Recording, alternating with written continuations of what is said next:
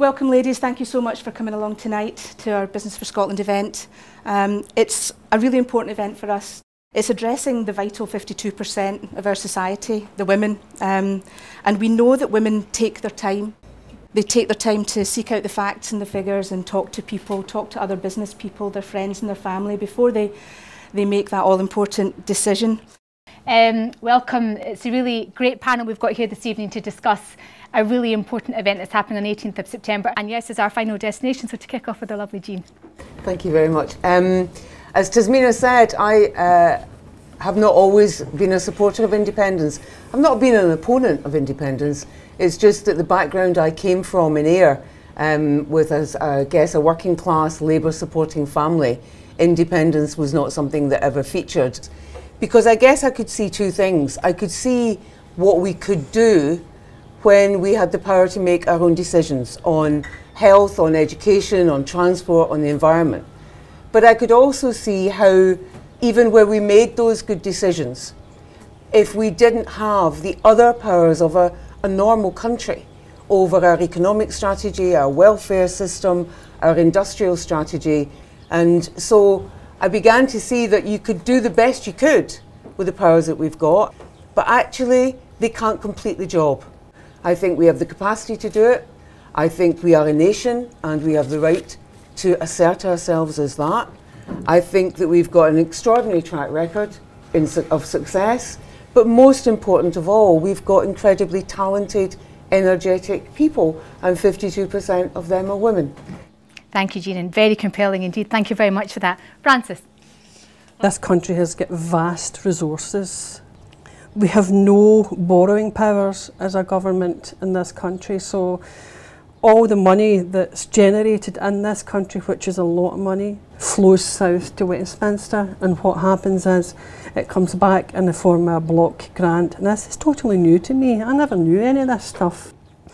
So I found out that we contribute more than we actually get back. I found out that we have loads of infrastructure projects in this country which we don't have the money to fund because we've got to go to cap in hand to Westminster to get the money. And we are a very wealthy country. We're the 14th richest country in the world. Thank you, Frances. Jill. Well, just a little bit like Frances, I think I always had a kind of gut feeling that independence was the right thing. You know, I don't just work on gut feeling. I need to have a lot of the facts. That's just the way I work. It all leads towards yes because it's common sense. It's absolutely common sense. The best way to predict Scotland's future is to create it. I mean, how can you argue with that? There's no end to what we could do if we take control for ourselves, and that's really empowering. You know, we're going to have this opportunity on the 18th of September to make two choices. We're going to hold our sovereignty in our hands, and we're going to have to decide whether we hand our wealth and power back to a Westminster government that doesn't represent our votes or our views, or whether we decide self-determination to create our own destiny, democracy, political accountability. I mean, our wealth and power in our hands for a change. We actually subsidise the rest of the UK, but we actually earn more than we spend, and that's really important to know. Thank you, Jill. Thank you. I'm really interested in some of the language that you used, and I hope this will come up in further discussions, and it's how women talk about things. You've mentioned how we feel about things, and I think it's important to think about how we feel about things and how we feel about investing £100 billion in Trident. We've got 1 in 4 children living in poverty in Scotland, and the language of the debate I think is extremely important in carrying people with us to that yes vote in September. Kat. Hello everyone. Thank you for inviting me here first. A Welsh person speaking on Scottish independence must be slightly strange, but actually I think that's very relevant. One of the most frustrating aspects of Scotland that I found was that as people funded a small business, the money for that business, for that seed funding, would always come from English venture capital companies, and at the point the company got to any size, the mark of success was that it was bought by an English company, and it then disappeared. I thought, well, yeah, that just infuriated me because it seems so ridiculous, and how can you ever develop economy when that's happening? I just assumed that I was a no. So I went along to my stepson's school to a presentation by Alistair Darling, and he just told 3 quite blatant untruths as he was sat there and as he was presenting to these children, and it just made me very cross. And it was very mean-spirited. The whole presentation was mean-spirited and mealy-mouthed, and I went from that day where I'd been a no. I wouldn't say that overnight I became a yes, but then I started to look into this, because I thought, well, if you're using that level of argument, then clearly your argument isn't very strong. I travel a lot. I go to Norway, I go to India with my business. Nobody can understand why anybody wouldn't be voting. They're just absolutely fascinated by the fact that there is even a no campaign. And there's a lot of successful smaller countries who respond to what their population actually wants. Thank you very much, Kat. That leads us nicely into discussion. Now, we have got ladies here who are yes and undecided. I'm not sure if there are any no's here. I do feel that the only option on the ballot paper should be yes or abstain, because I don't know how anyone could possibly vote no. But on that basis, I'm wondering if you can sort of kick off a discussion. Does anyone have a burning question they'd like to ask our highly experienced panel of women here? I would like to ask, and I don't know if anyone can answer this question, but I really would like to be convinced that Scotland can actually afford to do this. Okay, so great question. The classic one, can we afford to be independent? In terms of the economy, right now Scotland is the 14th richest country in the developed world. We have a renewables industry which will, by 2020, I believe, be 25% of the output of electricity and renewables in Scotland.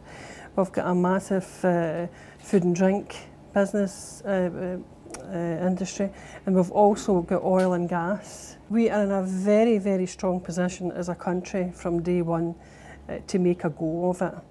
We're very wealthy. Perhaps you wouldn't believe that if you read what's going on in the mainstream media, which of course has an effect on how people are thinking. Jeane? On the media? Or generally in terms of the media and scaremongering and whether we can afford to do it. For me, what I do is say, it's a bit like what you said earlier. It's, why do you have to tell a lie about this? Yeah. Why do you have to slant it so negatively? If the case for being part of the union is so strong, why can't you just give me that case? Yes. Straightforwardly, honestly, and let me decide. So I then think that's because there has to be a reason. I also, if I'm honest, feel a wee bit offended that folk think I'm that daft, that I'm just going to swallow some of the nonsense, hook, line and sinker. But I think the key is to rely less on the traditional mainstream media and a lot more on the really quality websites and social media that have kind of sprung up and grown hugely. I guess the group of women that worry me most, and therefore one of the group of women that we're working hardest with, are women in communities that don't have easy access to internet, large numbers of whom are not registered to vote, but large numbers of whom potentially have a lot to gain, because they're the women at the rough end of that 1 in 4 in poverty, of the billions of pounds cuts in welfare spend that really mean that they are, dependent hugely on those food banks, even if they are in work. And some of the greatest exponents of the union are the folks with the most to lose, not least their job. And most of the folk that you see publicly and in other ways promoting independence, individually we've got nothing to gain particularly from that, other than what we want for our country and what we believe is possible. So for the women who can't, for whatever reason, access the internet and therefore get onto the sites like Business for Scotland or Commonweal or Yes Scotland or Women for Independence and get the information for themselves, then we can. So let's print it off. We don't need to have a fancy leaflet. We just need to create some fact sheets and start knocking on the doors, talking to people and giving them that information. Once women start to think about an alternative, then we can begin to talk to them about voting for independence. Thank you. The key, I mean, I think the key there, Jeane, is facts, and you're right. Why can't we just have the facts of the debate, as opposed to lies and scaremongering, which doesn't help anyone? And of course, there are booklets that are going out to every household, and I think it's hugely encouraging that so many people are now involved in this debate. And you know, if the Scottish Government could look like it looks like around this room, would be a better country for it. So hopefully, you know, post a yes vote, we're going to see more people becoming involved in politics and playing a part in daily life, because they see that there's a point to it. But sticking with the idea of sort of finance and business and affordability, are there any more questions in relation to that area? We've kind of done, we can afford it, and I think all of the political parties have said we can afford to be independent. Yeah, yes. kind of back to your thing about information, how do you then persuade people who are being told by their employers, we're off, you're not going to have a job if you vote yes? I was at a Business for Scotland event last night, and I heard a really interesting response to that very question. The response was basically, look at that proposition as a business person, and look coolly at that and balance the risk of what's being said that company would take and the cost of what following through on that decision against the risk as they might perceive it and the cost of not. So set aside the fact that the world and its wife told us they were going to leave. Forget that they said it before and they're still here. If they were to up sticks and go, even from Aberdeen, it's more costly. It's very costly to move. It's more costly to locate in the southeast. Now, you're a company, your job is to run your business well and make enough of a profit to satisfy your shareholders if you're a public company. How is that a sensible decision? Because of what exactly? Because we're going to set up trading barriers? No, we're not. Because we might have a different currency? Well, as was said, we might, but you know, they trade globally. Yeah. So I think they can probably manage another wee currency in there. Because what? Because you don't like the answer that the people of Scotland will give you? I don't think so. I think at the end of the day, your nose will follow your profit, and you'll stay where it makes the most sense, and you will be in a country that is one of the best educated countries in Western Europe. That is good for business. It's amazing how people will trust and listen to people that they know in terms of how they're going to be voting. And sometimes more effective than any yes ambassador or any politician is somebody you know who's decided to vote yes, persuading you to do so. I think all of us within our own little networks have a great part to play, encouraging people in the direction of the information so they can make the decision for themselves, because there's a lot of great information out there. Obviously, we don't always see it in the media, but you know, to a certain extent, there have been lots of scare stories, but they've been counteracted by people who say, well, we'll continue to do business here as long as there's business to be done.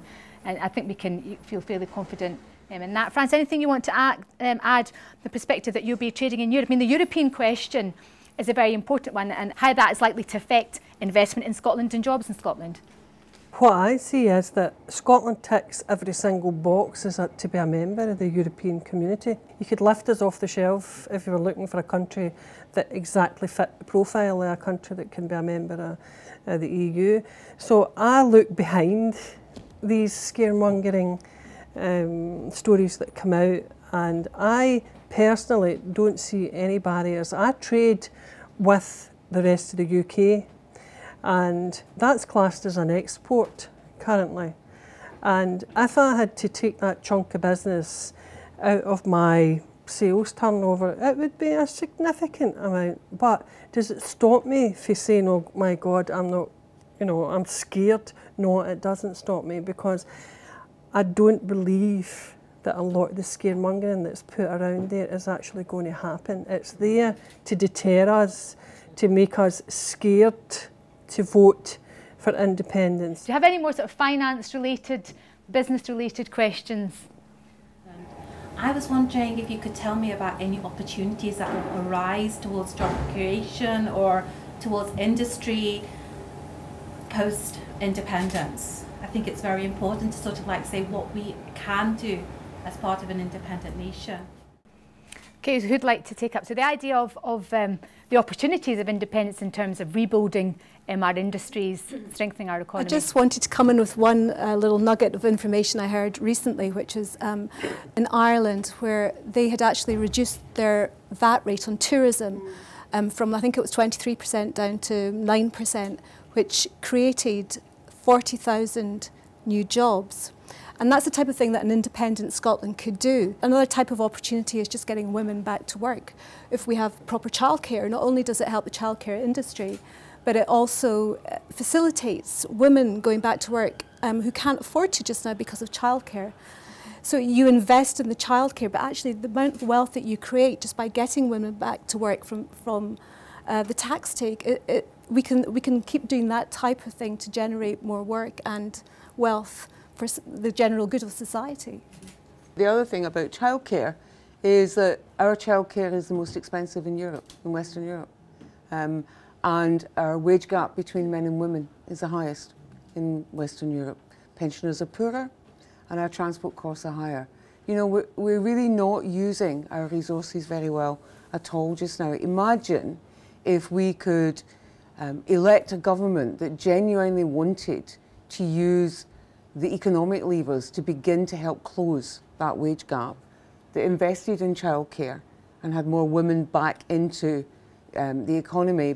You know, imagine if we could, without growing a single inch of the economy from what we have now, we would be the 14th richest.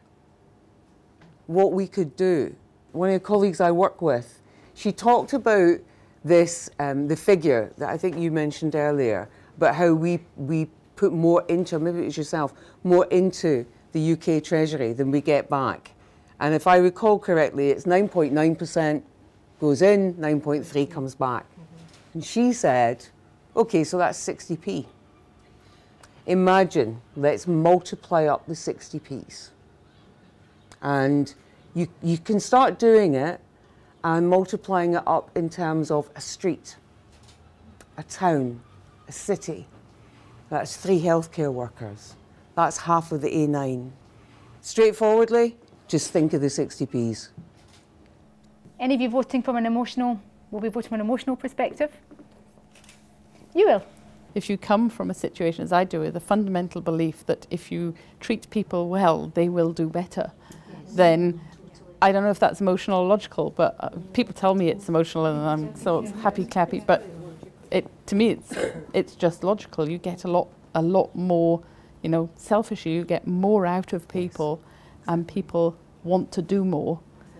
If you inspire them, if they feel valued, if they feel equal, if they feel that they are as valid as the next person, all those things make you do more. Mm-hmm. So, just as we bring things to a close, you've touched upon the consequences of no, which is important for us all to think about. What actually happens, or what could potentially happen in the event of a no vote, and how our services will be threatened because of the cut in the budget that we know is going to happen. And also even our own Prime Minister's reshuffle has indicated we have a Foreign Secretary that's a Eurosceptic, we have a Treasury Minister who believes in cutting the Barnett formula altogether and penalising the people of Scotland. So these are very real issues that will face us, and we also have to think about whether we'll ever be afforded the opportunity to vote on independence again, which is something we're thinking about now. In closing, this has been a really, really interesting discussion. It's always great to hear from women and the different views, and we've touched on the emotional argument, and also that it's a question of mind as well, as a lot of people who are involved in business, who are employers and employees also, and it is about, I think, doing the right thing, and I think we all want to be, and I think many people in Scotland want to be on the right side of whatever the vote's going to be on the 18th of September, and as we discussed during our break, I don't think anyone will be admitting to have voted no once the 18th of September comes, as you all want to be on the right side of history. So with pleasure, and thanking you all for your time, and particularly to the panel, Jeane Frances, Jill and Kat for all of your wonderful experiences. And I think from just looking at these women who are trailblazers in what they do, you know, if they think it's a good idea to vote yes, I think it's a pretty good idea that we can follow suit and take comfort in that. So thank you very much indeed, everyone, and thank you to Business for Scotland for giving us all the opportunity to discuss what independence will mean for us, our families and our businesses. So over to you, Michelle, to close up the discussion. Thank you, thank you. I've really enjoyed this evening listening to all the different emotions, perspectives, thoughts and hope. I think there's been a lot of hope and aspiration that's come out tonight. I'd like to leave with just one thought before we go. You all know the eyes of the world are watching Scotland right now. Everybody wants to know what we're going to do and the process by which we're doing it. There are some advertising experts who look at how much would it cost to send the message, a message to the world on the 18th of September. And these experts estimate that it would cost about £1 billion to pay for that global coverage. I'd like to ask you how you would spend that £1 billion on your message. Would you want to send a message to the rest of the world, bearing in mind it cost you £1 billion, that in Scotland we're too wee, too poor and too stupid to do this ourselves? That actually those guys at Westminster could do it better than us because we're just not good enough?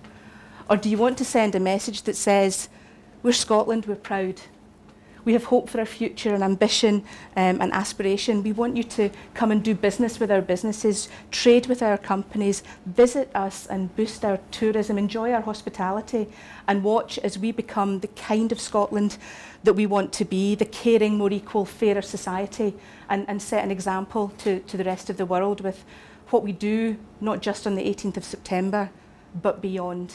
I'd like to think that that £1 billion message says yes. Thank you very much for coming along tonight. Thank you.